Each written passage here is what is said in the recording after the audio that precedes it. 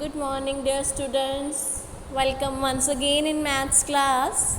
So today topic is scientific notation.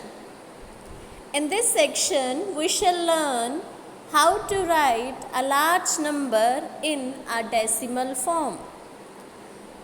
Now the distance of the earth from the sun is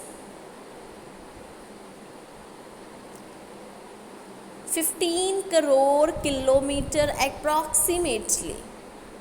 It is not easy to read and count the number of zeros. Calculations with such numbers is difficult. In such cases, we use the scientific notation or the standard form of the numbers. A number when expressed as a decimal numbers between 1 and 10 and multiplied by a power of 10 is said to be expressed in the scientific notation or standard form. क्या होता है scientific notation? Let us solve first.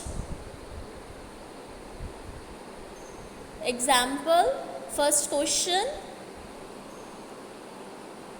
In this question, express the following in scientific notation.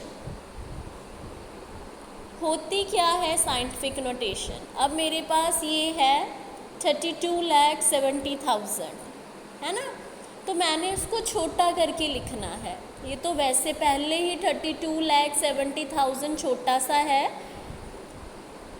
अगर काफ़ी बड़ी statement हो, उसको हमने compress करके लिखना हो, तो उसको साइंटिफिक नोटेशन बोला जाता है. सपोज मेरे पास है 15, पीछे मैंने 15 के पीछे 20 ज़ीरोज़ डाल दी, है ना?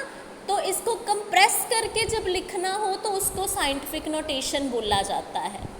ऐसे ही इस फर्स्ट पार्ट में 32,70,000 है, मैंने इसको कंप्रेस करके लिखना है. कंप्रेस मीन्स साइंटिफिक नोटेशन में लिखना है. तो कैसे लिखते हैं? पीछे से ज़ीरोज़ को काउंट करते हैं. 1 2 3 4 5 6.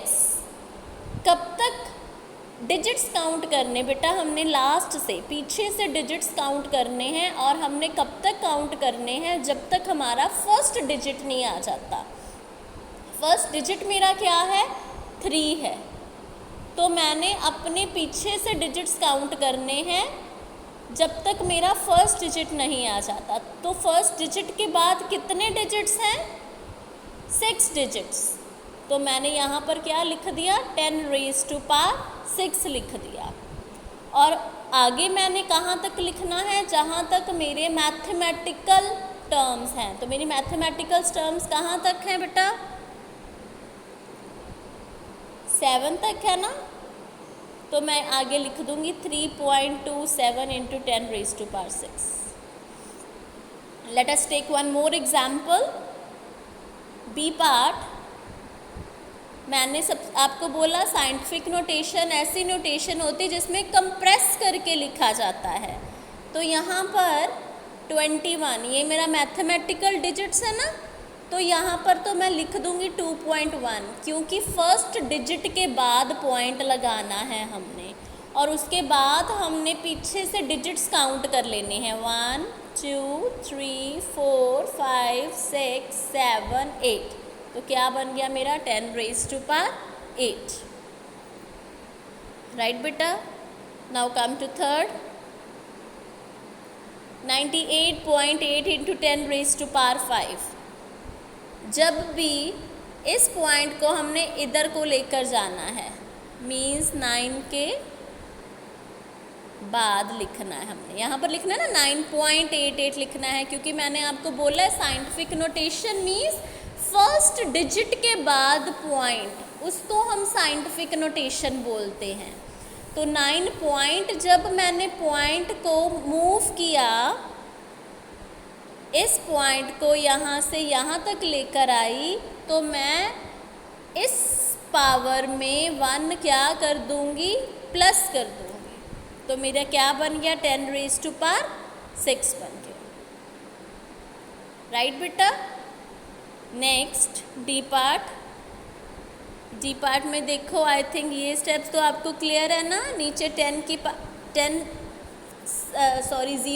टाइम था, तो 10 रेज़ टू पावर 6 है। ऊपर जाके 10 रेज़ टू पावर 6 क्या बन जाएगा? 10 रेज़ टू पावर -6 बन जाएगा। अब मैंने पॉइंट लगाना है 4 के बाद, यही बोला ना बेटा मैंने, फर्स्ट डिजिट के बाद पॉइंट लगना चाहिए। तो यहाँ पर कितने और मेरे को चाहिए डिजिट्स? 1 2 3। तो मैंने आपको बोला था जब भी इधर से मूव करता है तो हम प्लस करते हैं। तो -6 में क्या प्लस कर दूँ मैं? 3 प्लस कर दूँ, तो मेरा क्या बन गया? -3 बन गया। आई होप कि ये साइंटिफिक नोटेशन कंसेप्ट आपको क्लियर है। Now come to expanded form. तो एक्सपैंडेड फॉर्म तो आप 6th क्लास में सीख कर ही आए हो, राइट बेटा? तो this is done by yourself. Now come to third question. ये चीज़ मैंने आपको फर्स्ट क्वेश्चन में अभी समझाई है। So this is also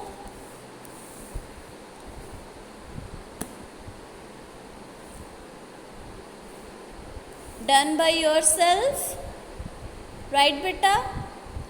If you have any doubt then you can message me or call me. Thank you.